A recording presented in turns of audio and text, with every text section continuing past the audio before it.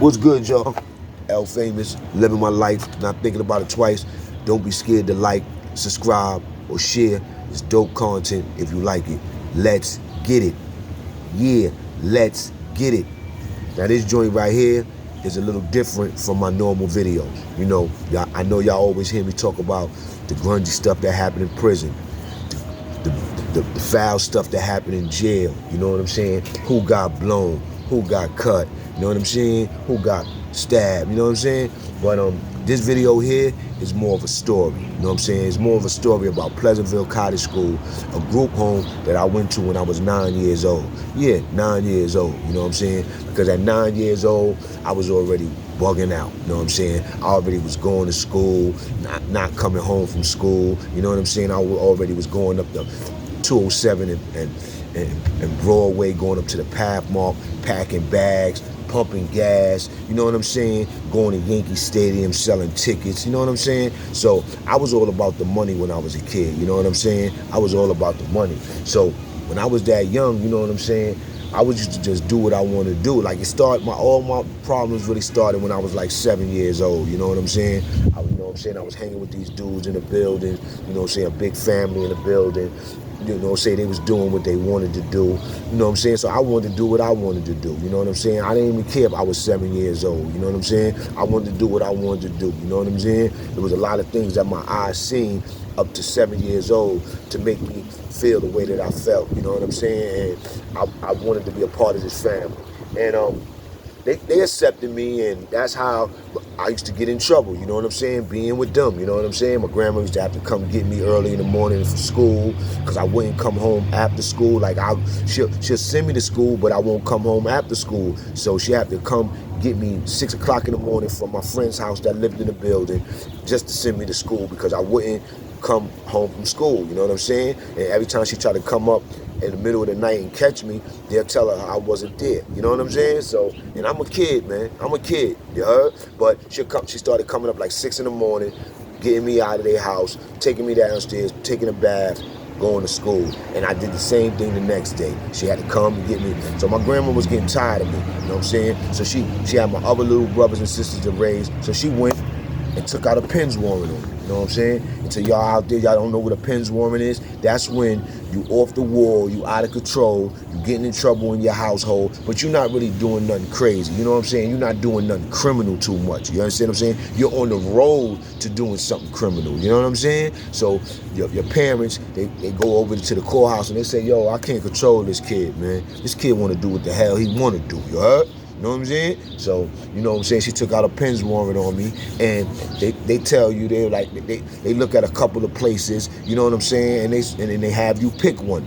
They either have you pick one or they send you to one.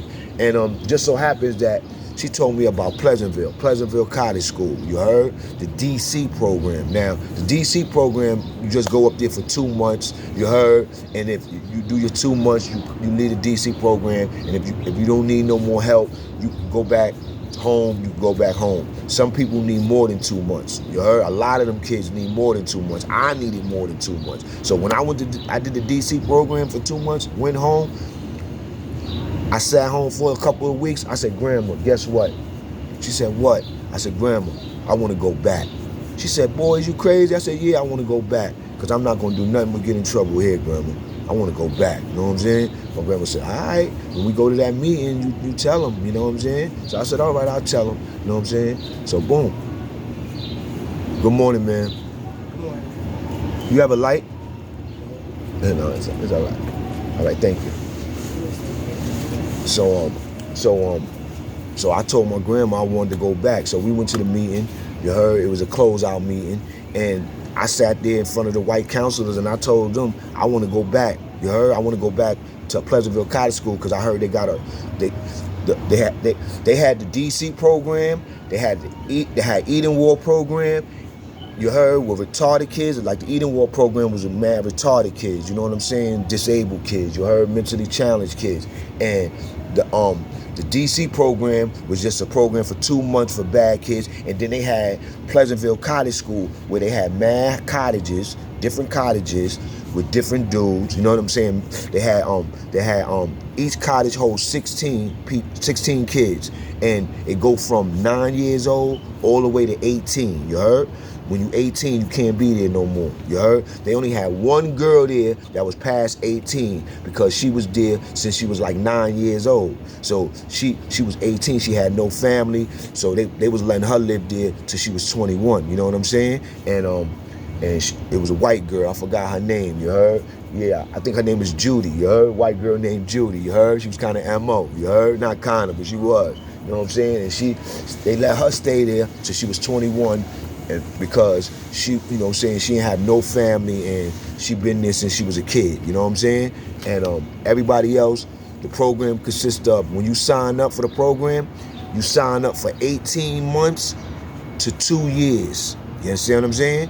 But you could be in there for 3 years, you could be in there for 4 years, you could be in there for 5 years. There's kids in there that be in there for all that time. You understand what I'm saying? Excuse me, man, how you doing? All you have a right. light? I sure don't. Oh, yeah, I'm sorry. Okay, thank you. All right. So What is this? What do you do this at? the trees is fell. That's great. Mm-hmm. So basically, they had a whole bunch of cottages, and it was co-ed. It was girls on it, and it was boys on it, and it's on acres after acres after acres after acres after acres after acres of land. So imagine a big ass college campus. You heard? I'm talking about a big ass college campus. I'm talking about with swimming pool in it, big gym, football field, soccer field, volleyball courts, softball fields, basketball courts. You understand what I'm saying? They had a big gym, little gym. You heard? Junior lounge, senior lounge. You heard? And those are just the recreational places. You know what I'm saying? Then it had a school building. You heard? Had a school building. It had a big gym. You know what I'm saying? A nice gym. Played basketball, and on the stage of the gym, that's where they had the universal weights up there. You heard? For the kids. You know what I'm saying? So like I told you, the place was the ages was from 9 years old all the way to 18. All kids, black, white, Spanish, Jamaican, Chinese, but majority of the kids was black and white and Spanish, you heard? But mainly black and white. A lot of white kids, y'all. A lot of white kids. I met a lot of white kids that got more problems than we had. You heard? I met a lot of white kids that put their hands on their mother. Yeah. A lot of white kids that put their hands on their mother, man. You know what I'm saying? You know what I'm saying? We come from the black community. We don't play that. You know what I'm saying? It's but so much we could do. We could wild out all we want. When you go to putting your hands on your parents, that's out. That's out. Believe what I say. You know what I'm saying? But I was meeting a lot of white kids that was beating their mother up, beating their father up, couldn't stand their stepfather, trying to kill their parents, you heard? So it wasn't criminal. They was put away on a pens warrant. You know what I'm saying? A pens warrant. You got to go to the courts, tell them that these kids is off the wall and I can't control them. You heard? Because I'm gonna tell you the truth. I got beat with belts, extension cords. I got beat out, waking up out my sleep. I got beat in the tub.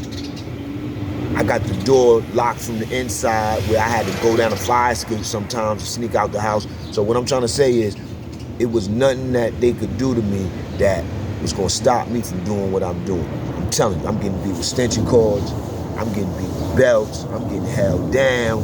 You know what I'm saying? I'm getting waking up out my sleep. I'm getting told go take a bath. You know what I'm saying?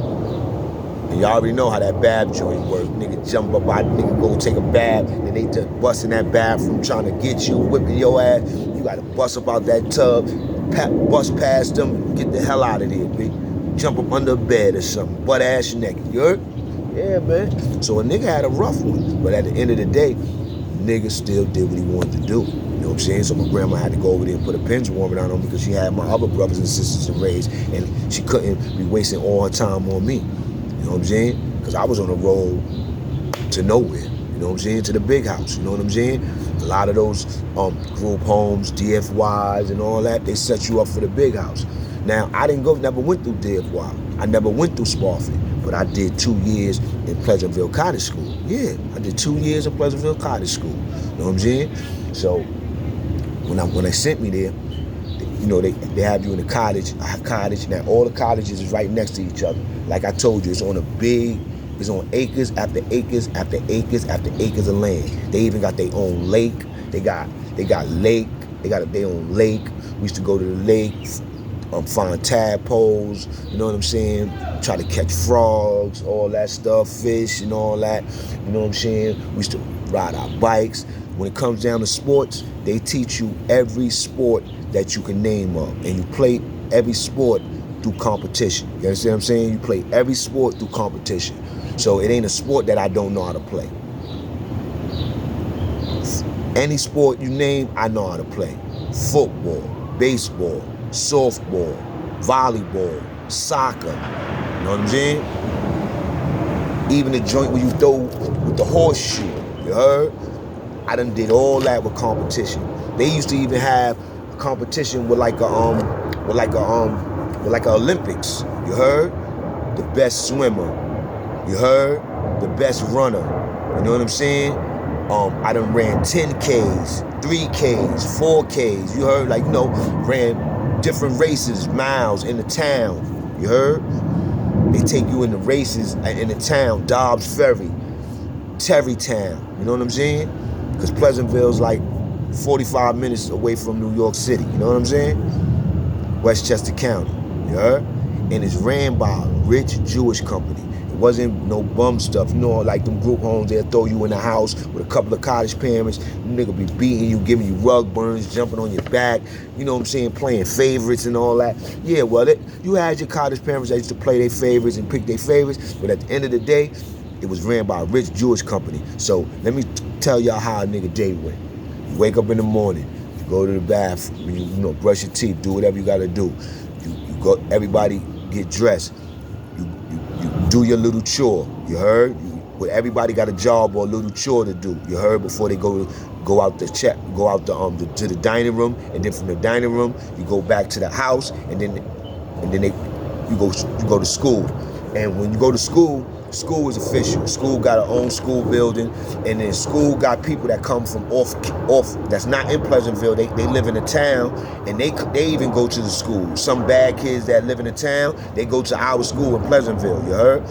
The Pleasantville is mad big, but it ain't got no gate, no security around it, you heard? It's freely, you can walk off that joint if you want to. You know what I'm saying? It's just mad big though. Nothing but mad buildings and cottages all over the place.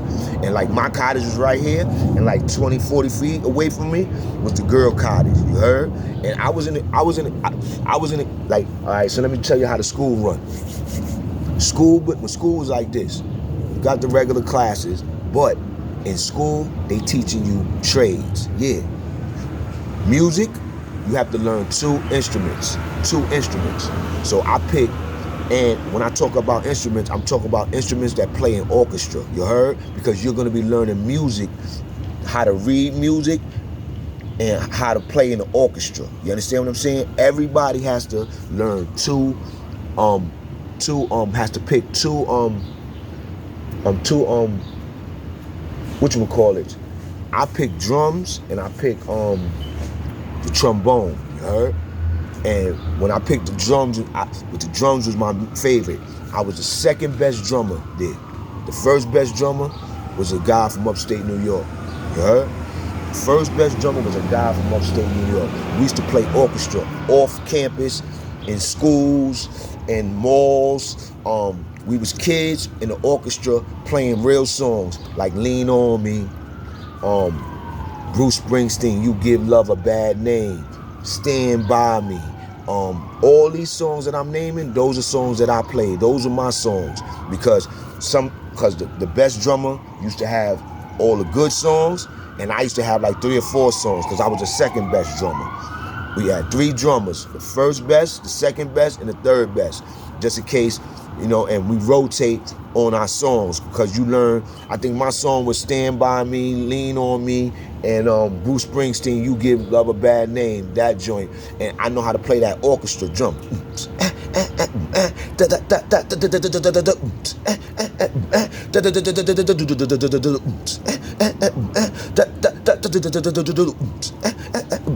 So, you know, drugs is my shit, you know what I'm saying? Even though I ain't playing years, you never forget nothing like that. I played drums, orchestra, and I also played for the trombone, the joint with 3 joints. All that, you know, that bull crap. You know what I'm saying? You got the trombone, you got the trumpet, you got the saxophone, you had the guitar, you had everything, you know what I'm saying?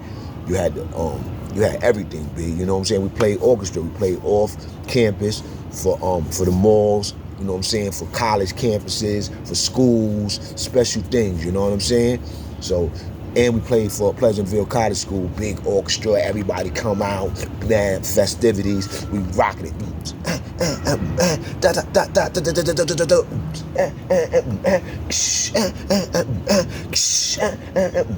Telling you, B, I'm nice with them drums. I gotta get on some drums. I ain't played no drums in a long time. Gotta get on my joint. So I had to learn two instruments, which was drums, through orchestra, where you had to read the music. You have to read the music. You heard? You have to read the music. You know them funny ass music signs that be all over the page? Yeah, that shit. That's what we used to play. Orchestra. Kids. We was all kids. You heard? They teach you how to play the instrument, and then if how good you are, you might make the orchestra. You know what I'm saying? Like I told you, I was second best drummer, so I had about 3 or 4 songs. The best drummer had about 7 to 8 songs, and the least best drummer, he had about 2 songs, you heard? And we all had it broken down in the orchestra, and we knew when the song came up, who was gonna be who. We take the sticks, you heard? So you had music, then you had wood shop. You heard? Wood shop. Yeah, real wood shop. Real swords. You gotta put on the glasses, gotta put on the gloves, gotta put on the protective gear. You know what I'm saying? We kids, 9 years old, 11 years old, 12 years old, you heard? And we working with these big machines, those saw machines where you gotta go, you cutting wood, man. You cutting wood. Hammering, putting it together, making desks, making lamps. Then after you make it, you gotta measure everything. You gotta cut everything on the swords. They got all different kind of swords. They got this kind of sword. They got the one where it's lower. They got the other sword. They got the sword that and they got all. It was a wood shop, a real wood shop. You heard? White dude teaching us how to make stuff. You heard? We making everything. We making desks. We making lamps. We making and everything that you can make, you can send home. Everything you can make, you can send home, or you got have it in your room. You know what I'm saying? If it can fit. You know what I'm saying? But everything once you make something, you got to send it home. You know what I'm saying? So wood shop was the joint. You know what I'm saying? Wood shop was the joint. You heard? They had arts and craft. Yeah, arts and craft. Real arts and craft where you doing real arts and crafts. I'm talking about a big ass room, a big ass classroom, arts and craft. Everything in there. Laying, coloring, painting, everything you could name. You heard? Like I told you, this was owned by a rich Jewish corporation. You heard? This wasn't no state-run group home. This was ran by a rich Jewish corporation. They even had their own clothing building, you heard? Where they gave out, if you didn't have no clothes, your family ain't send you no clothes, they give you 5 pair of Wranglers, you heard? They give you Pro-Cads. They used to have Pro-Cads, all white Pro-Cads or the all black ones. And even though Pro-Cads and all that was played out at that time, you heard? They still had them. But they had a whole big warehouse called the clothes bin, where if you didn't have clothes or you didn't have socks and underwears, they give you socks and underwears by the pack. Socks, underwears, t-shirts, all that stuff. You heard? I'm talking about brand new. Not no used stuff. Not no used stuff. Every cottage is hooked up.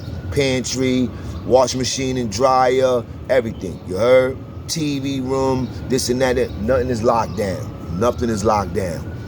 Everything is loose. I told you, there's more white kids there than anybody. You heard? Yeah, that's when you see that. You see white kids bugging out. You know what I'm saying? Cursing out their parents. You know what I'm saying? Going crazy. When I first got there, I was going crazy.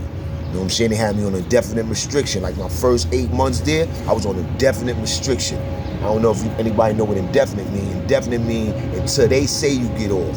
It ain't no date for you to get off. They had me on a restriction for like 8 months straight, man. I was on restriction so much they had to feel sorry. They used to feel sorry for me. On certain days, on weekends and all that, they'd be like, go ahead, man, go in the TV room, go watch some TV. Go ahead, go outside and shoot at the rim, you heard? Because they used to have a rim outside. Had a built-in rim out the floor, a real rim, you heard, for us. You know what I'm saying? Because I was in a cottage with the kids from 9 years old to 13, you heard? Then you had the cottages from 14 to 16. Then you had the cottages from 16 to 18, you heard? And you had all these different cottages all over this campus, chicks and dudes, you heard? So that's how the chicks' cottages ran, and that's how the dudes' cottages ran. They went from 9 to 13, from 14 to 16, and from 16 to 18, you heard? Boys and girls, you heard? Girls had their own cottage, boys had their own cottage. Like my cottage was right here, and the girls' cottage was like 20 feet from me. One time, the girls snuck over to our cottage.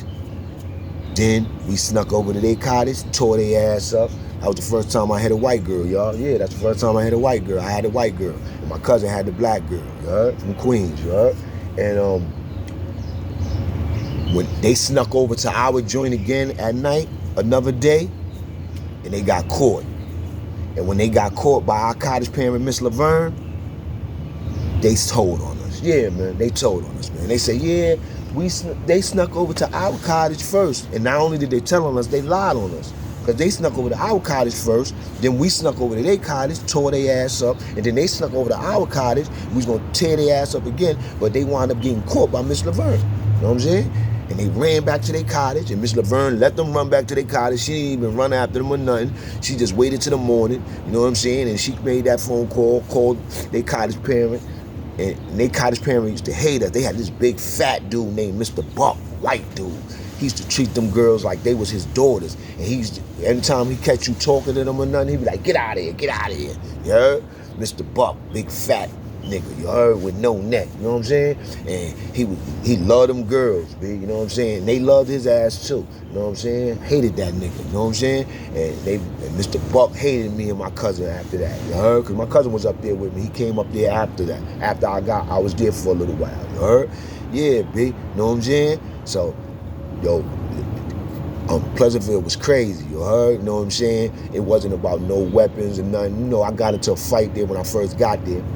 I got into a fight with a kid that was in the group from the 16 with the group. No, he was in the group from 14 to 16. You heard? A nigga named Timothy, white boy. You heard? Started out us playing. Nigga chased me, and he was running behind me so fast that when I got to my house, I couldn't stop running, and he ran right into me from the back.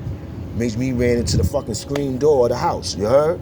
I jumped up, chased that nigga all the way back in his house, tried to beat that nigga ass. His cottage parents grabbed me after I ran in his house. They was like, yo, what your little ass doing in here? I'm like, yo, trying to get at that nigga. They was like, yo. And then come to find out, it was like, that nigga little Timothy was in the wrong. He shouldn't have been chasing niggas, you heard? The nigga wasn't supposed to be chasing niggas down the house. But we started out like we playing. But like I said, boom, boom. So then I caught him the next day. Cause you know that wasn't it. Beat the nigga up, then I earthed the nigga. Boom, you heard? Yeah, man, earthed the nigga. That's where I learned the earth slam at, you heard? Once I learned the earth slam, I was doing niggas dirty, you know what I'm saying? Yeah, man, that's like, you know, I grew up fighting, you know what I'm saying? I grew up fighting, you know what I'm saying? You heard? Grew up fighting. I ain't had no older people to run to. You know what I'm saying? I wasn't quick to grab no knife or no gun or nothing. You heard? That came after my teen years, but my young years, I was fighting. I grew up fighting. White boys, all kind of niggas. You know what I'm saying? Because I was a little nigga that wasn't having it. You know what I'm saying? So I was fighting. You know what I'm saying?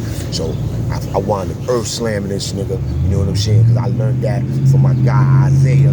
Yeah, man, my guy Isaiah from Jackson Projects in the Bronx. He was in there with me too. You know what I'm saying? And my guy Jesus Maldonado, you know what I'm saying? Then I had my guy Billy. Yeah, white boy Billy. This dude, white boy Billy, this dude was the first dude. When he came to Pleasantville, he was only 12 years old. This nigga came to Pleasantville. This nigga was smoking cigarettes. This nigga was sniffing coke. Yeah, nigga. This nigga was smoking cigarettes and sniffing coke. This nigga was 12 years old, man. Yeah, man.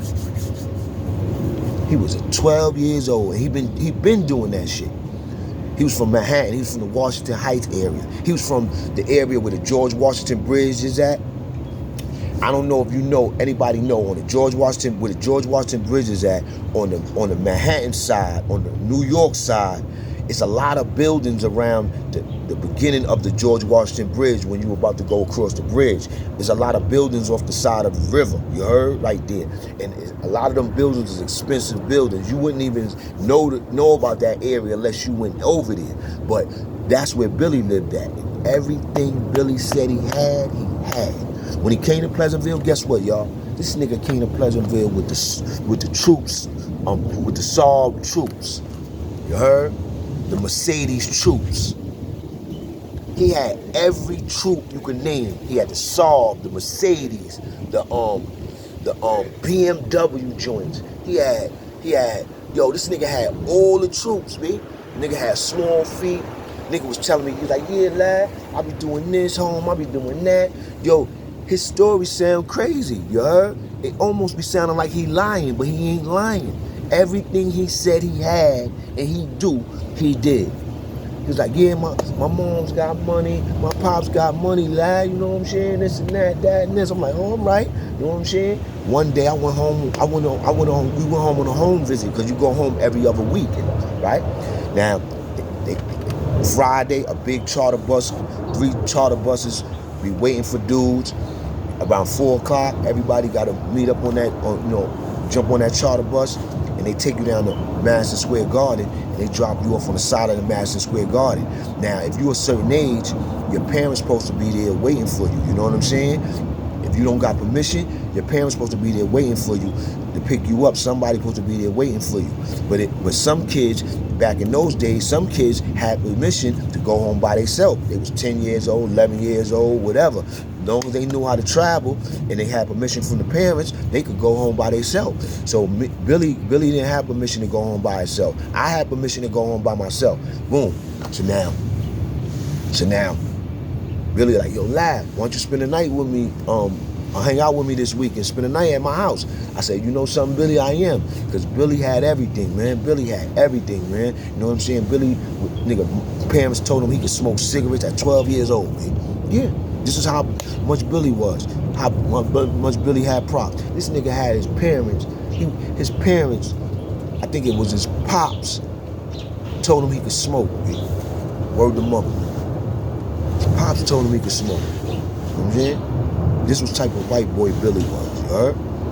His parents had money, you know what I'm saying? Now look, so now, when we get off the bus, Billy mother's there to pick him up.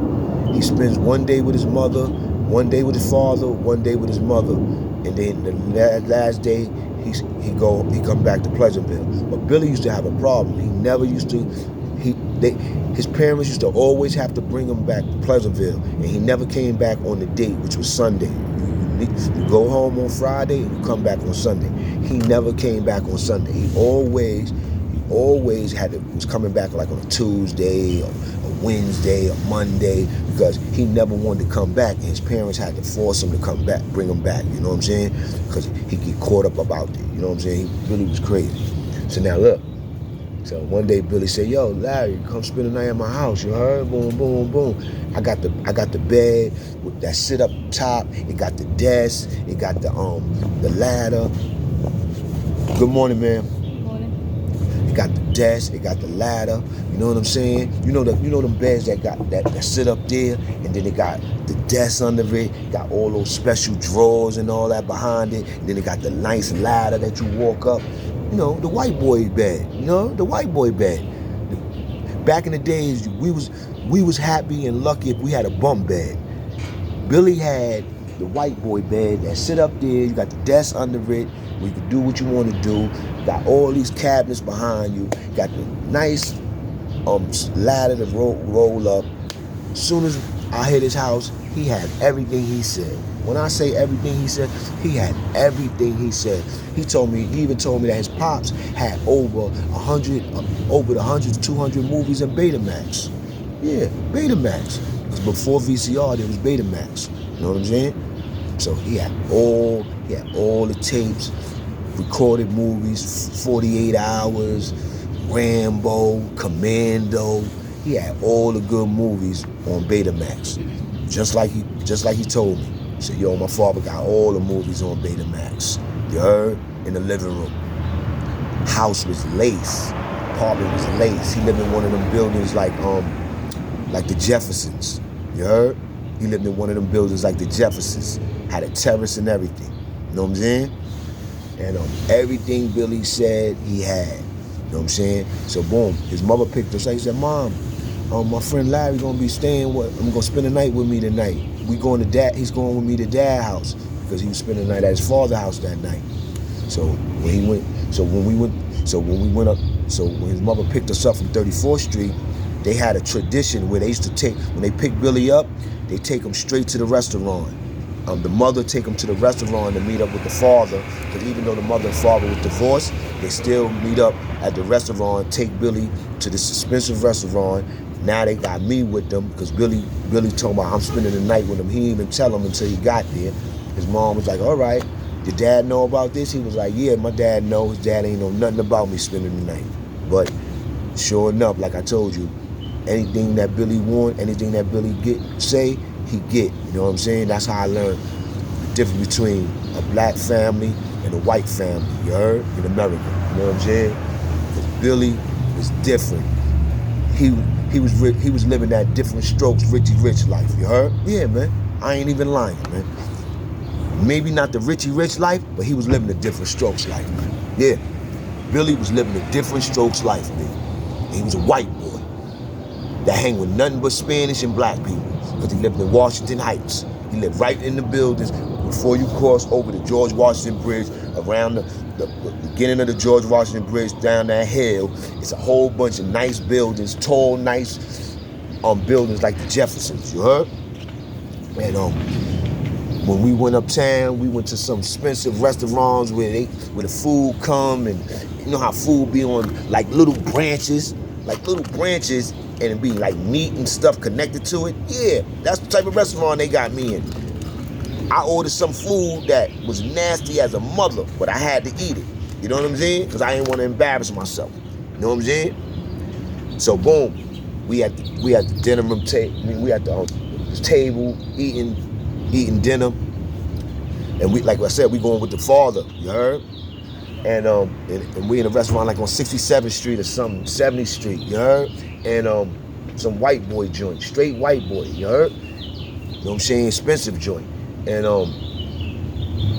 Billy showing off in front of me now. You know what I'm saying? Billy like, yeah, Dad, I want a scooter, Dad, and this and that and this. And he was like, all right, Billy, I'll think about it. You know what I'm saying? And this and that and this. And then right behind that, his mother come and be like, Billy, you don't need a scooter. You're only 12 years old. You're going to get hurt with them scooters. Them scooters is dangerous. And he like, nah, Mom, all my friends got one. I want a scooter, Mom. Dad said he was going to buy it for me. He said, Dad, I'm like, damn, B, this nigga playing his parents, B. You know what I'm saying? For her. And then the dad tell her mom, yeah, well, why did you tell him he could smoke cigarettes? You know what I'm saying? This and that and this. He's only 12. She's like, well, you know, he's gonna do it anyway, and he might as well do it. He might as well do it with permission. I'm like, make a long story short, we go to Billy's house. We drop off the bags. Like I saw, he showed me his room flushed out. He showed me the bed, everything he said he had. When he was in Pleasantville, he had everything he said he had. You heard? Everything he said he had. You heard?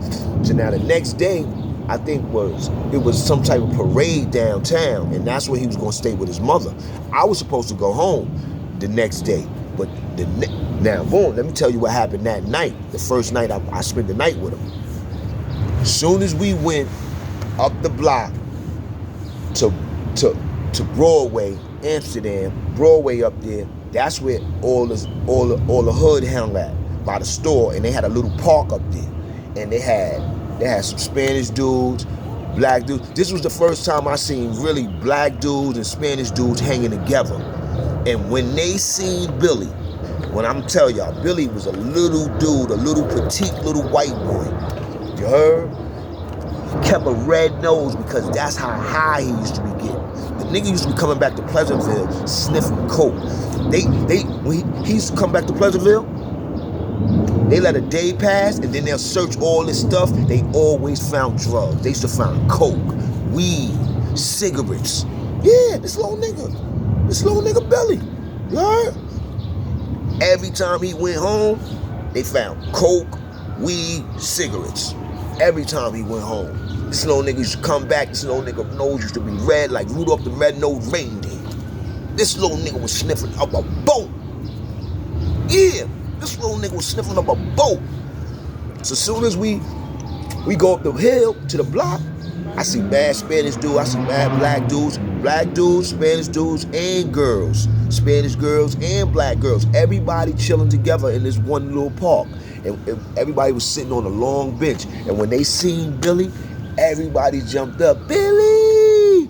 Ran to him, hugging him, picking him up. Yo, you here for the weekend, Billy? Oh, shoot, yeah, Billy. Yeah, but let's go. We gonna go get right. Started getting late, like dark. Like I told y'all, I'm spending the night. So boom. Next thing you know, we all in the park. No exaggeration, y'all. We like 20 deep. Black dudes, Spanish dudes, girls. Everybody, all different sizes. Put it like this. Everybody was from our age. Me and Billy was the youngest dudes there. We was 12. And the oldest probably had to be like 18. You heard? But it was everybody was in between of ages of 12 and 18. You heard? And we all sitting on the bench. Now, I noticed we got beer, we got Old English and stuff like that, right? Because St. Ives and all that wasn't out yet. We got Old English and all that, right? Because I'm telling right now, I'm telling y'all about 86, B. I'm talking about 86, the year 1986, B. You know what I'm saying? So I think we was drinking some OE, and I just noticed that them niggas sent a dude, one of the Spanish dudes, older dudes, he was like, yo, I'm going to get that, right? And I remember seeing a whole bunch of them dudes, including Billy, handing the dude money, right? Everybody, not everybody, but mostly everybody was handing him money. And he left and came back. And when he came back, he had mad little lumen foil things, right? Little things like about this big, lumen foil things. He had mad at them, right? So everybody sat back down on the bench, lined up in a real line. And being that I'm the newest friend, because I'm there on the strength of Billy. All these dudes just met me. They just met me. This is Billy's friend from his group home. You heard? Ain't nobody coming at me, niggas showing me love and all that. But I'm just sitting on the end of everybody. The line was all the way down there, sitting on the they had a long ass bench. You heard? And I was on the end, and Billy was next to me. And I remember them niggas passing down that coke. At the time, I didn't know exact. Well, I kind of knew what it was because I used to get it from my friend Mother. She used to send us to go get coke. Yeah, that's how I used to be back in the days. My friend Mother used to send her own kids to go get her own coke, get her coke. So I knew that. I knew what them little lumen foils meant. You know what I'm saying? So all I see is them dudes passing all the lumen foils down one by one to niggas, and everybody is sniffing, going there, sniffing.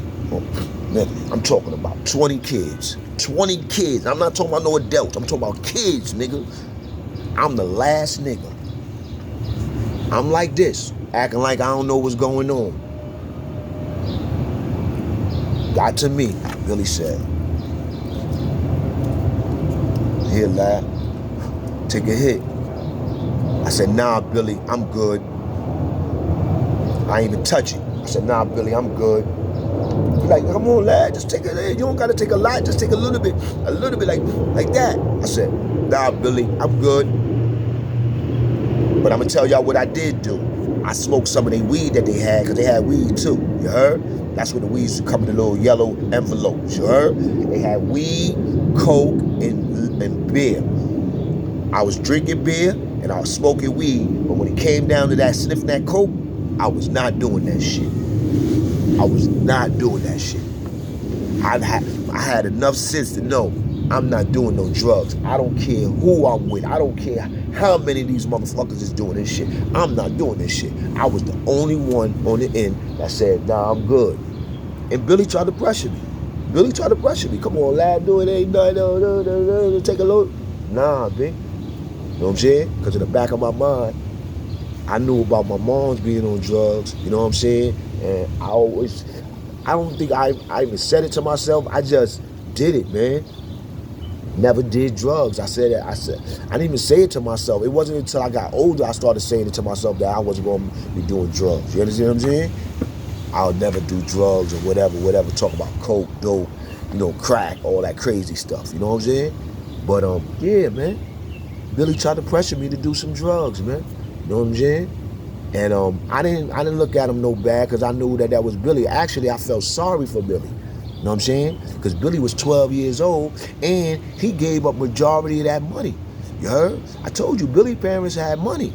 So like I told you, when we came up the block and all them kids in the park seen Billy, them niggas was dumb happy. Because they know Billy got the money. Billy gonna go to his pops. Yo, Dad, I need $50. I need this, I need that. His pops gonna give it to him. A lot of them kids didn't live in the building Billy lived down the hill, closer, connected to, like, that's kind of like right off the George Washington Bridge. A lot of them kids lived on Broadway in the buildings in Washington Heights, in that area. You heard? You know what I'm saying? So Billy used to have to walk up like 2 long little snake hills to get to that park. And once you got to that park, it was the hood. You heard? It was the hood. They was off the hook in there. And I ain't going front. Everybody that Billy was hanging with was cool people. All them dudes. And like I told you, it was black and Spanish hanging together. So boom. I went home. We went back to the Pleasantville. I told everybody, yo man, that nigga, everything that nigga Billy said he had, he got, nigga. I told you, that nigga had every set of troop. He had the Saab joints, he had the BMWs, he had the Mercedes, he had the what was the other ones they had? That nigga had every troop there was. Every troop sneaker there was, B. And the troops was the shit at that time, you heard? Troops was the shit at that time. You know what I'm saying? Because before the troops, we was wearing the kangaroos, you heard? Yeah, the kangaroos. Y'all remember the kangaroos with the pocket and all that? Yeah, man. We was wearing the kangaroos. So he had every troop. Nigga had the bed up there. And I'm telling you, this is 86, nigga. This is 86. 85. Nigga had the bed up there with the desk under it, all them special cabinets, the motherfucking ladder. You heard? Nigga, it was off the wall, nigga. We was up all night because this nigga was coked up, you heard? And I'm up with him. You know what I'm saying?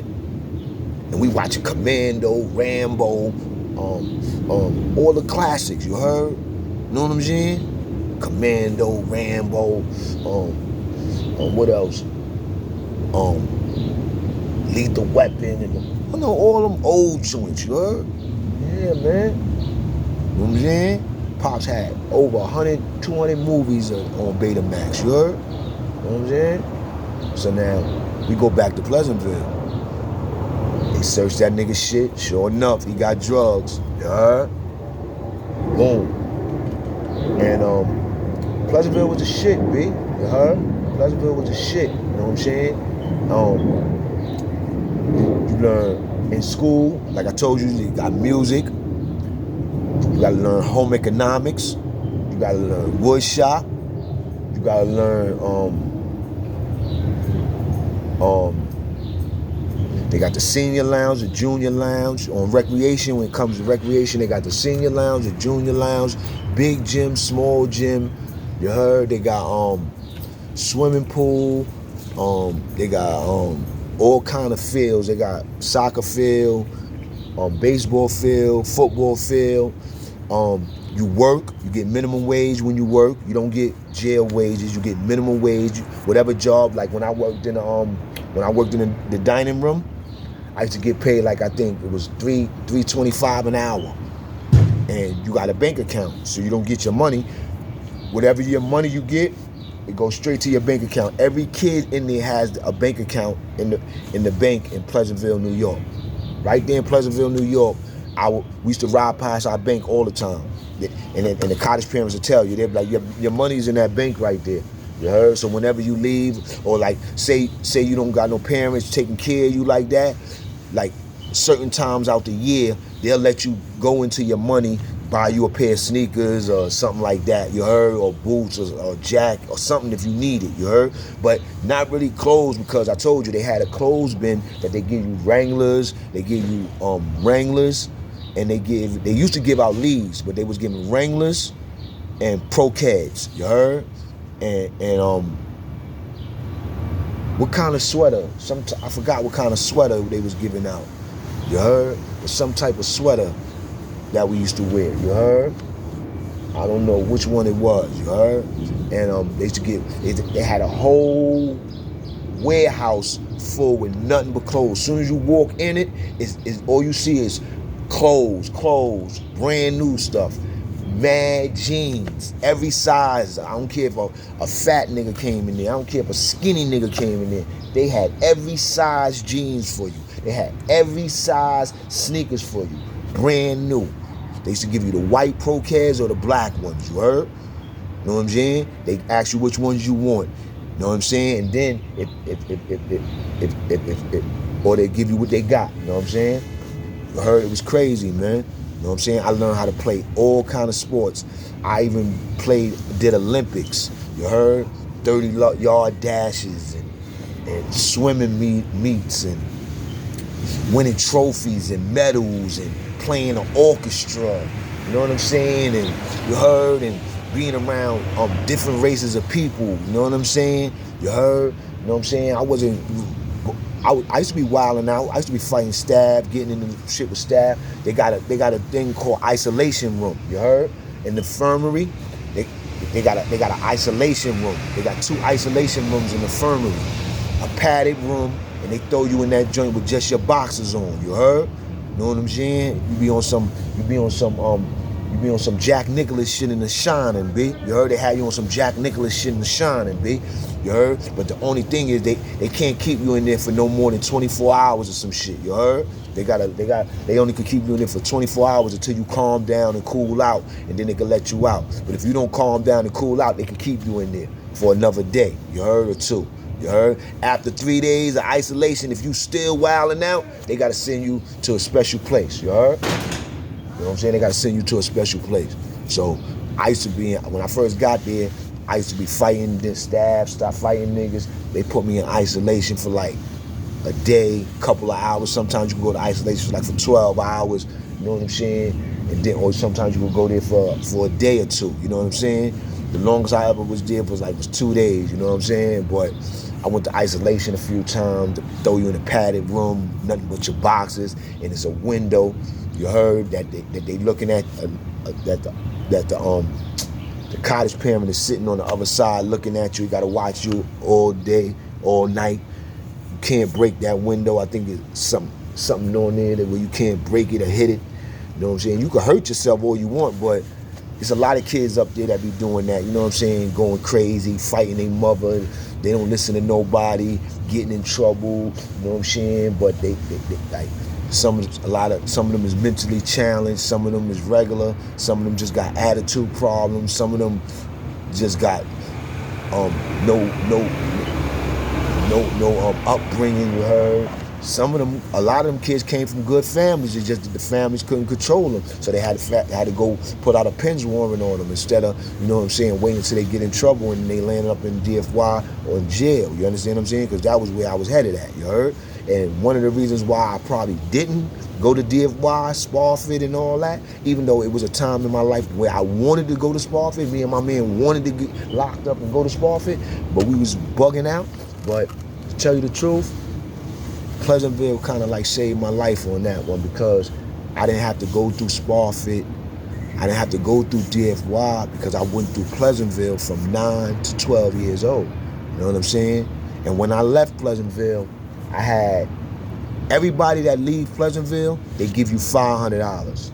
That $500 is supposed to be able to get you a bed, get you, you know, a little dresser, TV, you know, for when you get back home. You know what I'm saying? You can buy your own stuff. So everybody that leaves Pleasantville gets $500. Plus, you get your bank account. So when I left, I had about $1,800 in the bank. You heard? And I was bad. I was on restriction for like my first year there. I was on a definite restriction for like my first year there. So I just started working, and then I got a mentor. I had this white dude named Larry Higgins. Me and the nigga had the same first name. So he took a liking to me. That nigga used to take me off campus every day, take me to the Galleria Mall. He used to ask me, what you want to do? You want to go to the arcade? He take me to the arcade spot out there in White Plains. He take me to the Galleria Mall. He taking me to Ride Playland. Every day if I want to, you heard? He taking me off campus, you heard? You know what I'm saying? Mr. Higgins, he worked in Harlem Valley. You know what I'm saying? Harlem Valley, anybody know Harlem Valley? You know what I'm saying? Is the spot. Did he work in Harlem Valley or he worked in a spot where two dudes ran away from the group home and they raped and killed the white lady and her husband. You heard? I think that happened in Harlem Valley or Lincoln Hall. I think Lincoln Hall, matter of fact. Lincoln Hall. He used to work in Lincoln Hall, and then that incident happened with two young kids, you know what I'm saying? They ran away from Lincoln Hall, and they raped the old white couple. They went in their house at night, raped the lady, and killed the husband and killed the lady. You heard? And they wound up got caught, and they gave them niggas forever. You heard? Stupid motherfucker doing some crazy shit like that. You know what I'm saying? Young niggas, they fucked it up for juveniles up there. You heard? You know what I'm saying? They probably made that shit a different level after they did that, ran away and did that. So yeah, he used to work in there, and he came working over where I was at, and he had the Camaro. He was the first nigga I seen had the Camaro. He had the Camaro like they had a Knight Rider. He had the he had all that special shit, the joint that let you know the police is ahead. He had all that shit. I'm talking about the 80s, nigga. I'm talking about 85, nigga. You know what I'm saying? You heard? You know what I'm saying? When I left, I bought my grandmother a Betamax. You heard? Yeah, a Betamax. You heard? Before VCR, you had Betamax. You know what I'm saying? So yeah, I had a white boy mentor. You know what I'm saying? Nigga was official. You know what I'm saying? They take you to Yankee games. They take you roller skating rings. They take you to outdoor swimming pools, special swimming pools with the diving board is mad high. You know that remember Ronnie Dangerfield and Back to School? He was jumping off of them special diving boards and all that. Yeah, they taking you to spots like that with special diving boards and all that. You heard? Taking you to special parks in Cherrytown, taking you to arcades, taking you to roller skating rings, taking you to the movies. You know what I'm saying? Always doing something with you. Always got you involved. You heard? Always got you doing something. You heard? So that's why I say Pleasantville saved my life, y'all. Pleasantville saved my life. You heard? You know what I'm saying? And it probably saved a lot of other kids' life too. But when you there, you don't want to be there. It's just like jail. You want to get out of there, even though they got everything there for you. You know what I'm saying? At 8 o'clock at night, you get your snacks. At 3 o'clock when you come home from school, you get your snacks. You heard? You get like 3 o'clock snacks is an orange, a pear, some type of fruit. And then at nighttime, they baking cookies. I'm talking about the baking cookies. They baking the real chocolate chip cookies. They baking